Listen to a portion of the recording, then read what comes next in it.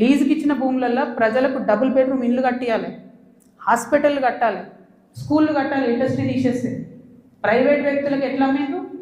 దాని మీద సంతకం పెట్టింది ఎవరు? కేటీఆర్ గారు కాదా? చాలా కంపెనీలు ఉన్నాయి, మీరు కూడా సెలెక్టివ్గా లీజుకి ఇచ్చారు కదా.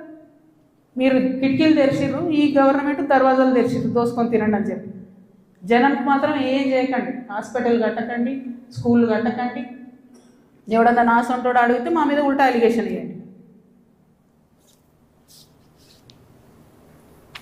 అల్టిమేట్గా ప్రజా జీవితంలో ఉన్నటువంటి వ్యక్తులుగా, ఒక ఆడబిడ్డగా, తెలంగాణ ప్రజల మంచి కోరుకునేటటువంటి వ్యక్తిగా నేను మీ అందరినీ కూడా రిక్వెస్ట్ చేసి చెప్తా ఉన్నాను. నా మీద బీఆర్ఎస్ పార్టీ ఏదైతే విష ప్రచారం చేస్తుందో నా మీద, నా భర్త మీద, దాంట్లో ఇనుమంతా కూడా సత్యం లేదు. దానికి సంబంధించి అన్ని కాగితాలతో సహా నేను చూపించడం జరిగింది. ఇక ముందు కూడా నా మీద ఎవరు ఏ ఆరోపణ చేసినా నేను ఖచ్చితంగా జవాబు చెప్తాను. జవాబు చెప్పిన తర్వాతనే నేను ప్రజల పక్షాన నిలబడి వారిని ప్రశ్నిస్తాను. వారు మాత్రం జవాబు చెప్పకుండా వెన్నుపూస చూపించి పారిపోతూ ఉన్నారు. అది కరెక్ట్ పద్ధతి కాదు. మేమేదో మీ విఘ్నతలకే వదిలేస్తున్నామంటే ప్రజలేం వదిలిపెట్టరు. టైం చూసి కర్రు కాల్చి వాత పెడతారు. మీరేం గొప్ప నాయకులు కాదు, పెద్ద నాయకులు కాదు. ఎంత పెద్ద నాయకులైనా ప్రజలకు జవాబుదారీ అన్న విషయాన్ని మర్చిపోయి మీరు ప్రవర్తిస్తే మాత్రం ఊరుకునేది లేదు. ఇది తెలంగాణ, ప్రజలు మేలుకుంటారు, ఖచ్చితంగా మాట్లాడతారు. Thank you. జై తెలంగాణ.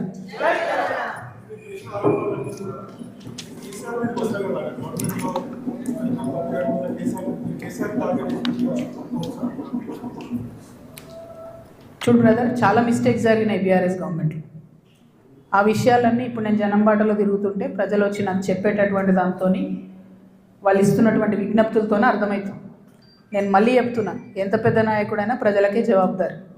100కి 100% ప్రభుత్వం నుండి లీజుకి ఇచ్చినటువంటి ఇండస్ట్రియల్ ల్యాండ్స్ సెలెక్టివ్గా వ్యాపారవేత్తల కోసం బీఆర్ఎస్ గవర్నమెంట్లో సంతకాలు పెట్టి మరి ఆనాడే ప్రైవేట్ వ్యక్తులకు దారాదత్తం చేశారు.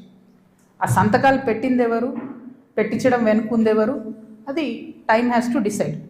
కాంగ్రెస్ గవర్నమెంట్ ఏంది, చాలా ఆరోపణలు చేస్తున్నారు. రేవంత్ రెడ్డి గారు అయితే చాలా ఏమంటారు, రేపు పొద్దుగాలనే నేను వీళ్ళందరినీ జైలు వేస్తా అన్నట్టు ఏదో బీఆర్ఎస్ అంతా అవినీతిమయమని చిత్రీకరించి వచ్చారు. ఆయన ఎక్కడ ఏం చేయట్లేదు. ఎందుకు చేయట్లేదు? బీఆర్ఎస్ వాళ్ళు వేసినటువంటి దొంగదారులను కాంగ్రెస్ రహదారులుగా మారుస్తుంది.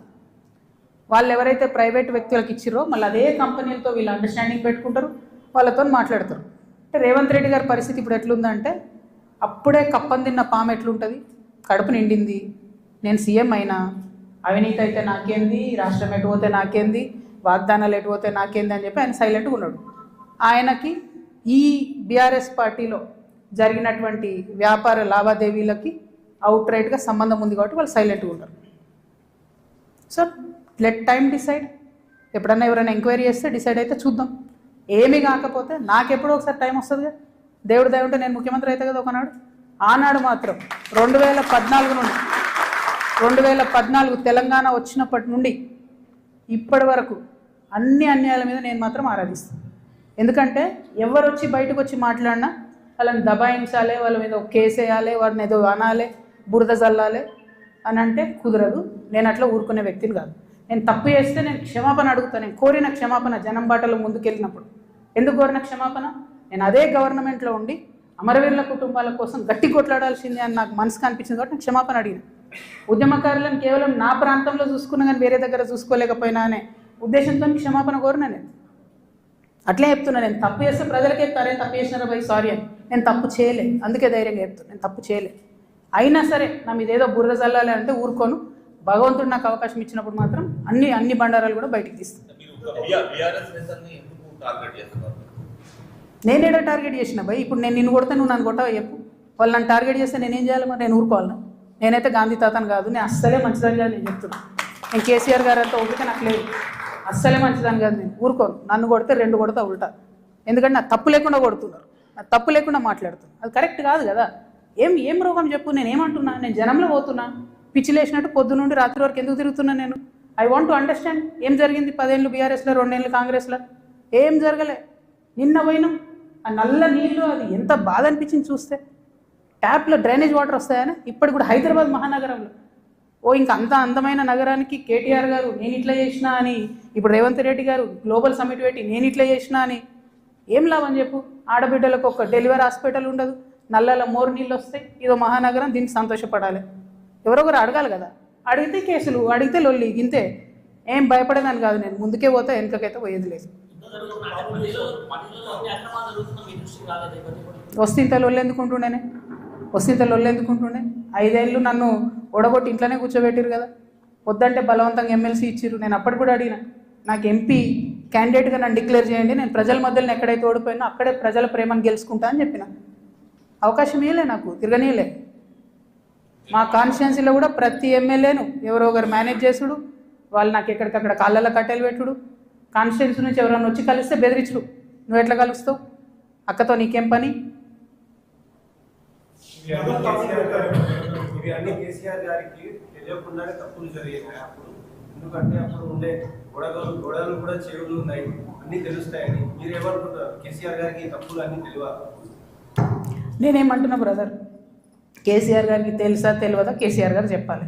ఇప్పుడు వీళ్ళందరూ ఏంటంటే మేమందరం చాలా పెద్దవాళ్ళము, కవిత మా మీద ఆరోపణలు చేస్తే కూడా మేము రిప్లై అయిపోయినా ప్రజలు చూస్తలేరు అనుకుంటారు. విఘ్నత అని హరీష్ రావు గారు అట్లే అంటారు. కేటీఆర్ గారు ఆయన ఎప్పుడు చెప్తాడో నాకు తెలియదు, నాకు సంబంధం లేదు. నేను కంపెనీ పేర్లతో సహా చెప్తా, ఎవరెవరి కంపెనీలకు లీజ్ ల్యాండ్స్కి అవుట్ రైట్గా చేంజ్ ఆఫ్ ల్యాండ్ యూజ్ చేసి కన్వర్షన్ చేసి ఎవరికి ఇచ్చినో నేను చెప్తాను. సంతకాలు ఎవరు పెట్టిరా లేదా వాళ్ళు చెప్పాలి ప్రజలకు. చెప్తే షూర్ సంతోషం. ట్రాన్స్పరెన్సీ కదా ప్రజలు కోరుకునేది.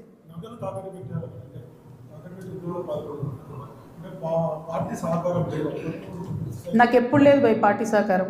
నేను ఎప్పుడైతే అమెరికా నుండి వచ్చినో అప్పటి నుండి ఇప్పటి వరకు కూడా నాకు పార్టీ సహకారం లేదు. దానిలో కొత్తగా చెప్పేది ఏం లేదు.